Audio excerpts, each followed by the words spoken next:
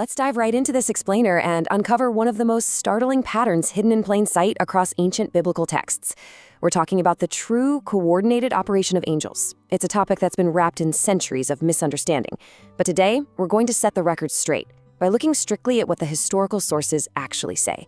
We're going to map out an entirely unseen world. You know the image. Most of us picture these soft, decorative figures, gentle faces, white robes, floating peacefully above a manger. I like to call it the greeting card myth. But the actual historical text, it presents a vastly different reality. The angelic record describes active agents executing very specific, highly pivotal missions in a deeply coordinated operation. And the sheer volume of this operation is just staggering. The word angel pops up over 270 times in these ancient texts. Yet the profound, coordinated pattern of their appearances is something most people completely miss. If you just read them as decorative fluff, the text stays flat. But when you map them out, a massive mission with moving parts suddenly comes into sharp focus. So, this begs a massive question. If they aren't just gentle background decorations, what exactly were these beings dispatched to accomplish? What happens when we line up every major angel in the exact order they appear? Well, let's find out. Starting with Section 1, Guards of the Divine Presence. Let's look at the very first angels on record. The very first angels we encounter aren't carrying good news, and they certainly aren't comforting anyone. They are the cherubim. After Eden, they're stationed with a flaming sword to block the way in. But they aren't just muscle. They are literally markers of God's presence. We see them later placed directly on the Ark of the Covenant, and then in Ezekiel's visions, moving on these massive spinning wheels. They act as markers, shifting exactly as the line between humanity and God moves. Their position tells you precisely how close, or how far, humanity is from the divine at any given moment. Then, the texts introduce an incredibly mysterious figure, the angel of the Lord. And there's a very distinct pattern to his encounters. Hagar is in the wilderness, calling him the God who sees me. Abraham is on Mount Moriah, where the specific angel stops the knife with total divine authority. Moses is at the burning bush, hearing, "I am who I am." And Gideon is hiding at the winepress. This agent doesn't just deliver messages. He speaks as God, and he dramatically intervenes in human history. But the absolutely crucial point here is the visceral human reaction to this specific angel. When these witnesses encountered him, they didn't walk away saying, "Wow, I just met a messenger." No, they literally said, "I have seen God and lived." They genuinely believed they were staring right at the divine. Which leads theologians to point out a truly fascinating detail. Was this the pre-incarnate Christ? See, the angel of the Lord intervenes all throughout the ancient era, but completely disappears from the biblical record after the birth of Jesus in Bethlehem. The compelling conclusion drawn by scholars is that this specific figure was already intervening in history way before taking on flesh. He didn't just begin at Christmas. He was active all along. Moving to Section 2, the burning ones and the messengers. We're talking agents of fire and high-level intelligence. In Isaiah chapter 6, we meet the seraphim. Translated literally, their name means the burning ones. They have 6 wings and exist for one singular purpose: to declare absolute divine holiness.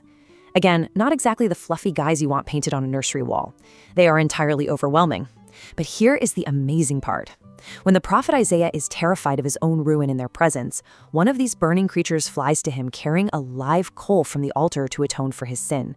The very beings that declare unapproachable holiness are the exact ones who bring the instruments of cleansing to a broken man. Next up is Gabriel. In the 6th century BCE, he explains Daniel's vision and delivers a precise mathematical prophetic timeline.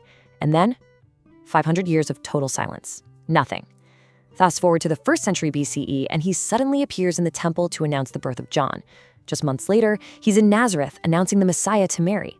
You see, Gabriel is an intelligence messenger. He never delivers ordinary news. He only shows up with verifiable timelines right before human history is about to dramatically pivot. In stark contrast to Gabriel, we have Michael. His primary role? The warrior or chief prince? His jurisdiction is specifically assigned to Israel, and his known opponents include major demonic powers like the Prince of Persia and the dragon. In the book of Daniel, we get a wild peek behind the curtain. While Daniel is fasting and praying on earth, there is a literal, invisible war happening. Michael reveals a startling, unseen reality. There is active combat occurring right alongside human prayers. That brings us to Section 3, the agent of justice. This is a highly uncomfortable yet very real part of the text. Yeah, the greeting cards definitely skip this guy. The destroying angel executes severe, decisive justice. We see his missions clearly throughout the texts, passing through Egypt on the night of the Passover, stretching a drawn sword over Jerusalem after King David's prideful census, and striking down King Herod Agrippa in Caesarea when he arrogantly accepted worship as a god. But these texts show this agent never just strikes randomly. There is always a trigger, unrepentant pride, hardened rejection, and defiance that has been patiently endured for a very long time. Judgment only comes at the end of immense patience.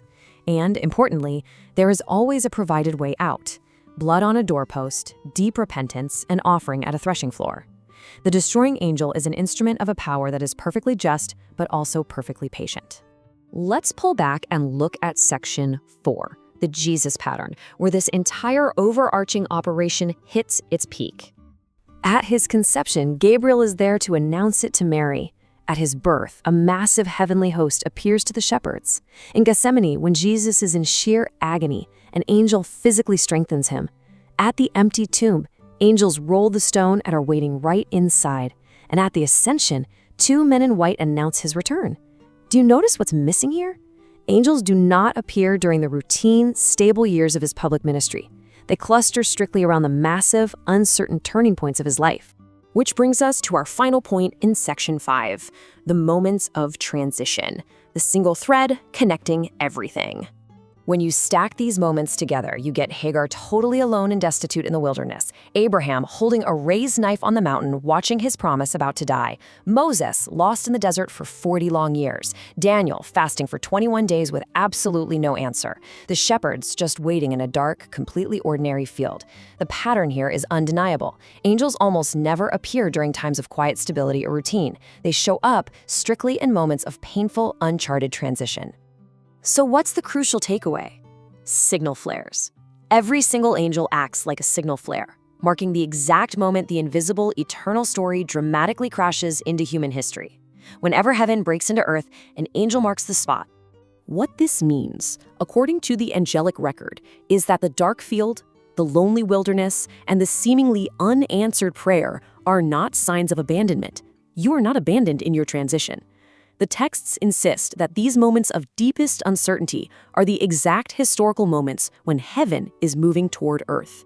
Knowing this profound historical pattern completely changes how you view those wilderness moments in life. Transitions, by definition, mean you just don't know what comes next. But if this historical record is any indication, the silence is just a precursor. So it leaves us with one really powerful thought to wrap up this explainer. When you're in the dark, in the wilderness, or just waiting for an answer, what is waiting on the other side of your transition?